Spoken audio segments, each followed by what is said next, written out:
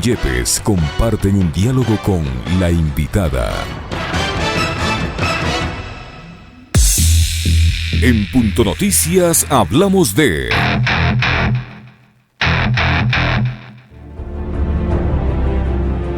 Una acción constitucional de protección y un amicus curiae enfrenta al Estado ecuatoriano en los tribunales a un mes de haber declarado el estado de excepción por la emergencia sanitaria en el país como consecuencia de la expansión del COVID-19. La primera demanda planteada por las organizaciones no gubernamentales Acción Jurídica Popular, Integración de Federación Ecuatoriana Sindicales, el Foro de Economía Alternativa y el Centro de Derechos Económicos y Sociales a favor del personal hospitalario, médico y administrativo, se tramita para exigir al Estado la entrega de los recursos necesarios para mitigar los riesgos de la pandemia. En este marco, exhortaron a la ciudadanía a sumarse a la demanda con documentos, cartas, oficios y comunicados en el que se argumenten irregularidades, falencias o negligencias en el ejercicio del servicio sanitario en el país. Sobre el tema hablaremos con Angélica Porras, abogada experta en derechos humanos, quien ya se encuentra conectada con Punto Noticias Primera Emisión vía Skype. Bienvenida.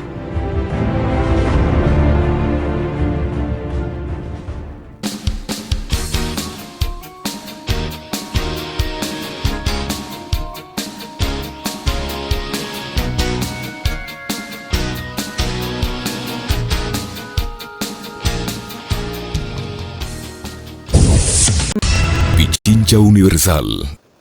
Las 7:38, 7 horas 38. Saludos cordiales a la abogada Angélica Porras. Hay preocupación y ha sido permanente esta preocupación de la falta de insumos sanitarios para justamente quienes están enfrentando en primera línea esta crisis sanitaria.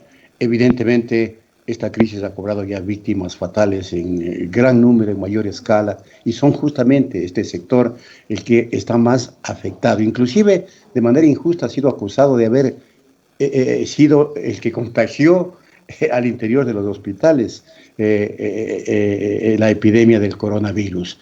Sobre esta base, abogada Porras, evidentemente, hay esta acción de protección que queremos sea explicitada para entendimiento de la ciudadanía. ¿Cómo está? Bienvenida, abogada.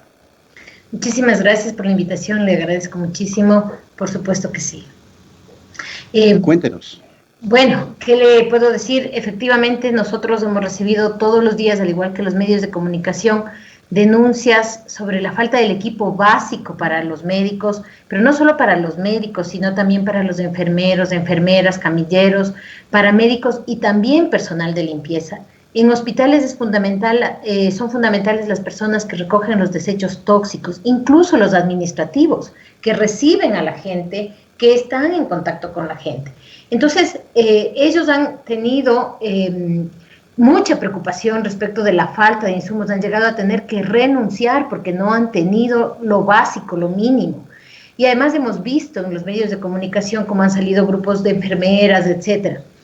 Sin embargo, hay mucho miedo, porque a muchos de ellos, por escrito, les iniciaron procesos o les amenazaron con iniciarles procesos disciplinarios si es que decían lo que estaba pasando. Entonces, precisamente por esto, empezaron a denunciar, no querían firmar una denuncia, y por esa razón, en vista de la gran cantidad de videos, fotos que nosotros empezamos a recibir, hicimos esta acción de protección. Nosotros ya habíamos activado antes en la Corte Constitucional una demanda de incumplimiento del dictamen de constitucionalidad del estado de excepción, la cual nos fue negada. Esta demanda en la Corte Constitucional tenía una medida cautelar que era justamente pedir que se impida el pago de los 320 millones hasta que se pueda atender la pandemia. Esta nos fue negada. Y entonces acudimos al sistema ordinario de justicia, es decir, a presentar la acción de protección, que es una garantía jurisdiccional. Tuvimos un poco de problemas porque no nos la quisieron aceptar porque solo flagrancia está funcionando en el sistema judicial. Sin embargo, después de insistir bastante, nos aceptaron a trámite, nos ingresaron el documento, pero a tal punto era que le registraron como habeas corpus porque el sistema no estaba abierto para aceptar las acciones de protección.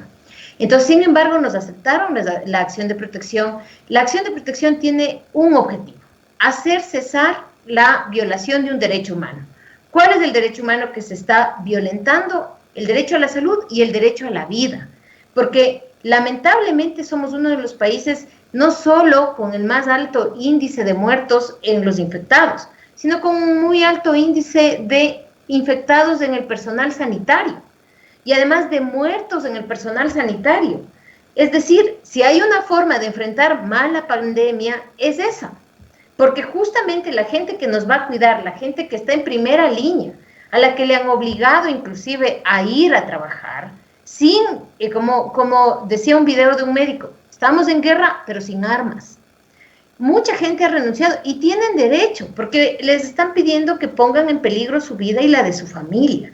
Entonces, el derecho que se está violando es el derecho a la salud, pero también el derecho a la vida, de ellos principalmente y también de las personas que eventualmente podrían estar infectadas. Entonces, la intención de la acción de protección es que un juez diga, aquí hay violación de derechos y usted, Estado, cumpla con su deber, que está en el dictamen de la Corte Constitucional, que está en el decreto de estado de excepción, que es dotar de los elementos básicos. Obviamente eso no se hace gratis, para eso se requiere dinero y por eso precisamente es que el Estado debe priorizar el dinero en lo que se requiere. Y es obligación del Estado, no puede ser que ellos cometan el error, del gobierno, cometan el error de pagar la deuda y después quieran que nosotros paguemos sus errores. Es una irresponsabilidad completa. Entonces, fíjese usted que hicimos un llamado a la ciudadanía para que entregue amicus curiae, es decir, escritos que le ayuden al juez a mostrar cuáles son los argumentos a favor de nuestra demanda. Y a pesar de que fueron solamente 3 días que estuvo abierta la posibilidad, les debo decir que tuvimos más de 10 amicus, es decir, 10 organizaciones que, principalmente de Guayaquil, que indicaban con fotos, con videos, que indicaban con argumentos qué es lo que estaba pasando en Guayaquil con el personal de salud. Esa es la situación. Afortunadamente el juez admitió a trámite, todavía está en proceso. La audiencia era ayer, se suspendió porque no se había logrado notificar a todos, porque rebotaron los correos electrónicos, pero la audiencia está para el 22 de abril, a las 7 de la mañana vamos a volver a la audiencia, porque no es posible que se quiera minimizar. Este es un asunto serio, no es que ahora ya se ha solucionado. Usted ve en las fotos, obviamente estas fotos que están en el proceso, que por ejemplo las batas que son desechables terminan amontonadas en una de las esquinas y eso lo maneja una persona porque tiene que deshacerse de esos desechos y la persona no tiene ni siquiera guantes porque ¿cómo le podemos pedir que compre ella? Entonces esa es la situación de la salud, sobre todo en Guayaquil, y desde luego que es una violación de los derechos humanos. Vamos a ver, esperamos que el juez se sensibilice y sabemos, imagínense en estas circunstancias, el Consejo de la Judicatura dice no se acepte ninguna acción de protección. Esperamos a ver que el juez no se deje presionar por esas dictámenes inconstitucionales, porque ¿cómo se le ocurre al Consejo de la Judicatura decir están suspendidas las acciones jurisdiccionales? Eso está prohibido por la Corte Interamericana, ya lo ha dicho la Corte Interamericana, no se pueden suspender por lo menos el habeas corpus y la acción de protección. Doctora Porras, buenos días, le saluda Licenia Espinel. ¿A qué cree usted que se debe esta actitud del Consejo de la Judicatura? Ustedes ya la han rechazado, tomando en cuenta lo que usted dice, la situación dramática que estamos viviendo en el país. Hoy en día el Ecuador ya rebasó a Panamá en el número de muertos por millón de habitantes por el coronavirus. Ecuador ya se ha convertido en el número 1 en muertes, no solo en Sudamérica, sino en Latinoamérica. Y si eso no les hace reflexionar, si eso no les hace actuar, yo no entiendo qué está pasando, qué necesitan para actuar. ¿Por qué cree usted que el Consejo de la Judicatura toma este tipo de decisiones? Bueno, yo tengo una hipótesis. Mire, esa disposición salió antes de ayer o ayer, no estoy tan segura, me parece que antes de ayer. Y ayer sacan un decreto en el que dicen que todo el sector público tiene que disminuirse. Entonces, a mí me da la impresión que lo que ocurre es que no se quiere saturar el sistema de justicia, la justicia constitucional con las demandas que vendrán por los empleados públicos despedidos. Porque los empleados públicos despedidos, cerrado el sistema normal de justicia, sabiendo que en el sistema normal de justicia tienen que ir, no 1 año, 2 años, como se trata de cuestiones públicas, 7 años, 6 años de proceso, obviamente prefiere la justicia constitucional, o sea, las acciones de protección. Como sabían que van a emitir este decreto, que básicamente les dice que se deshagan los contratos ocasionales en el sector público, que los nombramientos provisionales, es decir, que se deshagan prácticamente de lo que puedan en el sector público, hablando de puestos de trabajo.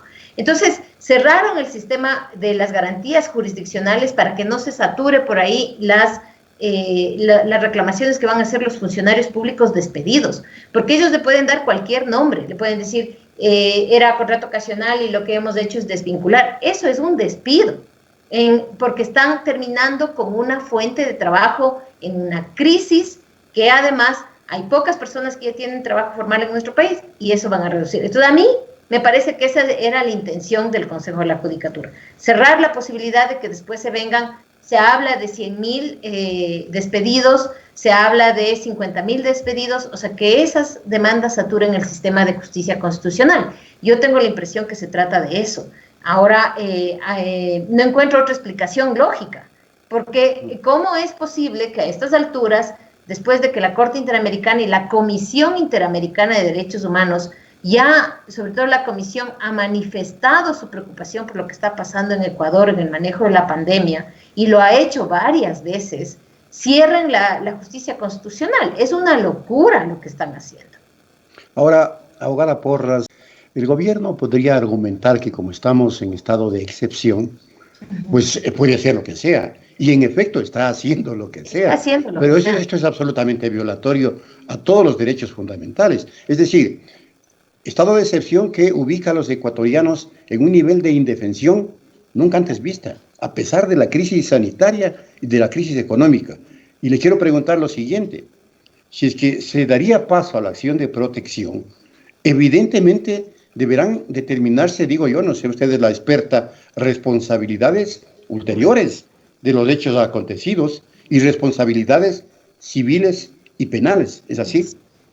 Sí, bueno, varias partes de la pregunta, muchísimas gracias. La primera cuestión es que la Corte Interamericana de Derechos Humanos ya se ha pronunciado en varios casos diciendo que no se puede decir que están prohibidas las garantías constitucionales en estado de excepción. Eso está prohibido por la jurisdicción internacional, ya se ha pronunciado la Corte Interamericana. Es decir, estamos violando a los dictámenes de la Corte Interamericana de Derechos Humanos. Es decir, eso nos puede traer responsabilidad internacional después, que nos va a traer responsabilidad internacional. Entonces, este es un primer elemento. Un segundo elemento es justamente qué pasa si es que nos aceptan la acción de protección. Esperamos.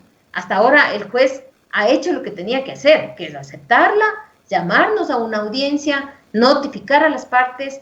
Esperamos que no haya demasiadas presiones, porque tampoco somos ingenuos en pensar que no va a haber ninguna presión. Eso no es cierto. Nosotros consideramos que lo que pasó en la Corte Constitucional, porque la Corte Constitucional llega a decir que en estado de excepción no hay control sobre el Ejecutivo. Entonces, ¿quién le controla al Ejecutivo jurídicamente, constitucionalmente? Es tremendo lo que dice. Sabemos que hay presiones, esperamos que el juez no se deje presionar, pero de todas formas, ¿qué pasaría si es que se acepta la acción de protección? Primero, hay que dictar medidas reparatorias. La medida reparatoria es atender efectivamente lo que se requiere en el personal hospitalario, que no es solo darle el equipo, que no es solo darle los trajes, que en algún momento de forma peyorativa el ex viceministro de Salud dijo quieren estar como astronautas. Sí, es su derecho. Y se ve que ni así la gente logra protegerse. Peor en las circunstancias que estamos ahora, con un plástico encima. Entonces, una vez que se aclare la violación del derecho, tienen que dictarse las medidas reparatorias. Es decir, quién es el responsable y cómo se le manda a reparar esta situación. Y eso puede generar posteriormente, por supuesto, responsabilidades civiles y penales. Ahora todavía estamos en una situación difícil porque no hay justicia, está cerrado. El momento que se abra la justicia, va a haber una serie de demandas en contra de los gobernantes que están haciendo que esto pierda toda proporción.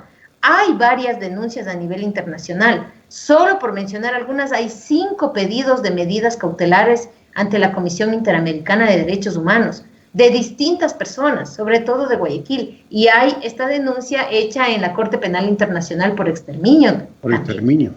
Así es que si uno mira la situación de Guayaquil, realmente sin dinero, sin mecanismos, con información que no es completa, o sea, realmente la situación es muchísimo más grave de lo que uno podría imaginarse.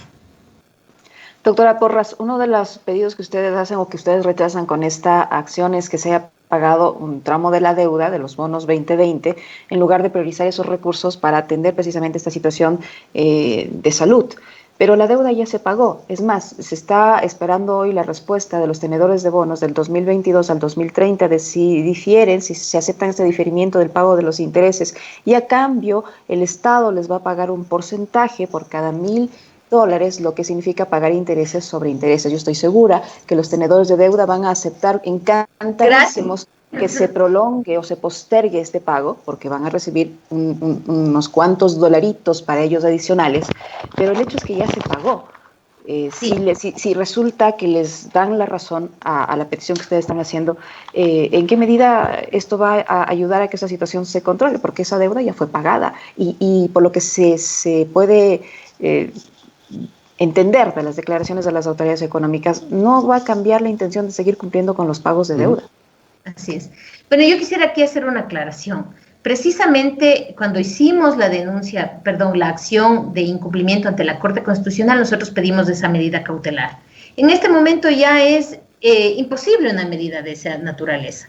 Por lo tanto, ya no estamos pidiendo eso porque ya se pagó, pero sí le estamos poniendo como antecedente que muestra la falta de priorización del derecho a la salud y a la vida. Porque lo que no se priorizó, que es mandato, no es mandato solamente en nuestra Constitución, eso está contemplado en el Pacto Internacional de Derechos Económicos, Sociales y Culturales, y hay un protocolo que es el protocolo de San Salvador, que lleva a la práctica el artículo 12, que es el artículo de la salud del Pacto Internacional de Derechos Económicos, y este protocolo de San Salvador dice que bajo ninguna circunstancia el Estado podrá dejar de priorizar el presupuesto para la salud. Y que si es que el Estado alega en algún momento que no tenía dinero, es él el que tiene que probar que hizo la priorización específica, la priorización de vida sobre la salud, que no gastó en cosas superfluas y que ha hecho las gestiones para obtener dinero. Es decir, que si a nosotros como Ecuador nos demandan por este pacto, perdemos desde el principio hasta el fin, porque lo que pasó es que no se priorizó. Entonces, en este momento no estamos ya pidiendo el no pago. Lo que estamos diciendo, mire, aquí hay una muestra de que se violó no solo nuestra Constitución en el artículo 3, en el 66, en el 32, sino también el Pacto de San Salvador, que le obliga al Estado a priorizar el presupuesto, pero no solo eso, que dice, nunca podrá decir que no hay dinero para dejar de atender las cuestiones básicas en salud. Eso dice el Pacto de San Salvador. Entonces, lo que nosotros estamos haciendo es justamente diciendo, este es uno de los antecedentes. Ahora hay otra cuestión bien importante, fíjese usted. Un grupo de Loja, que es parte de nuestro colectivo, quería presentar en Loja, en cambio, una acción para adelantándonos a lo que ya suponíamos era el nuevo pago de los fondos. Entonces, quisimos presentar la acción, pero efectivamente no nos la recibieron. Ahí sí que nos dijeron, no les vamos a recibir, y no nos recibieron, y no nos recibieron. Aquí en Quito nos recibieron, pero en Loja no, porque queríamos presentarla ahí para adelantarnos a esta intención que tiene el gobierno de seguir pagando la deuda. Pero seguir pagando la deuda en estas circunstancias es realmente, o debería ser, un delito. No es posible que se siga haciendo eso en estas circunstancias. Acordémonos que los tenedores de deuda son particulares, los tenedores de esta deuda de los bonos son particulares. Entonces, ¿estamos hablando de qué? Además, se dice que el riesgo país, como riesgo país ya estamos como nunca antes hemos estado, y pagamos la deuda. Ni siquiera comparado con el momento en que se declaró que no íbamos a pagar la deuda en el gobierno anterior, estuvimos con un riesgo país tan alto. O sea, ¿cuál es el temor? Ahí no hay ningún temor, lo que hay es negocio. Ahora, abogada Porras, tenemos 2 minutitos. Se evidencia, y le pregunto esto, ¿se evidencia entonces una suerte de contubernio entre tenedores de los bonos y operadores de justicia y gobierno? Porque a mí me hace colegir aquello. Yo diría que entre tenedores de bono y gobierno, sin duda. Bueno, sí, pero los Porque operadores de justicia, imagínense. hay muestras fehacientes de que el señor Ferro, que es viceministro, era un directivo de una empresa offshore que tenía bonos y que además se reunieron en Estados Unidos con los tenedores de bonos. Entonces, y además que insisten en pagar los bonos dadas las circunstancias nuestras. Eso, ahí hay un acuerdo, de cualquier tipo que sea, hay un acuerdo. Con el sistema de justicia, yo me atrevería a decir que más que un interés directo en este punto, hay falta de independencia. Hay falta de independencia, es decir, sigue funcionando el teléfono, Pero eso es terrible. Sigue funcionando la amenaza, sigue funcionando el decir tú tienes que hacer lo que el gobierno dice. Obvio que es terrible, porque ¿quién nos defiende? Sí, comentaban en redes sociales que a la Defensoría del Pueblo no le aceptan una garantía jurisdiccional. Imagínense. Entonces realmente estamos a la deriva, no tenemos quien nos proteja. Nosotros esperamos que los jueces particulares, como este juez, que por lo menos dijo, bueno, vamos a seguir tramitando, aunque el Consejo de la Judicatura dijo no se aceptan ni se tramitan ninguna acción de protección. Este juez ha seguido tramitando. Eso es realmente admirable, ¿no?, en estas circunstancias. Bueno, muchas gracias a abogada Porras por haber atendido este interesantísimo e importante diálogo para esclarecimiento ciudadano, porque aquí, desde mi punto de vista, es evidente que nos han ubicado en un estado de indefensión absoluto y absolutamente dirigido, y me permite la redundancia, dirigido para calmar esto que ya se va volviendo en una suerte de explosión social que ojalá no tenga consecuencias irremediables. Abogada Porras, muchas gracias por haber acompañado a Punto Noticias. Muchísimas gracias a ustedes, les agradezco mucho la atención. Hasta luego. Hacemos la pausa, Liz, luego. Así es, luego volvemos con la entrevista con el expresidente Rafael Correa. ¿Viste, Guayo, que por ahí había un gatito, no solo salir en cámaras? Así mismo es. Bueno, muchas gracias a la abogada Porras. Tenemos cadena, nos dicen que a las 8 de la mañana, es decir, en 1 minuto, y luego de eso, contacto directo con el expresidente de la República, Rafael Correa Delgado. Ya volvemos.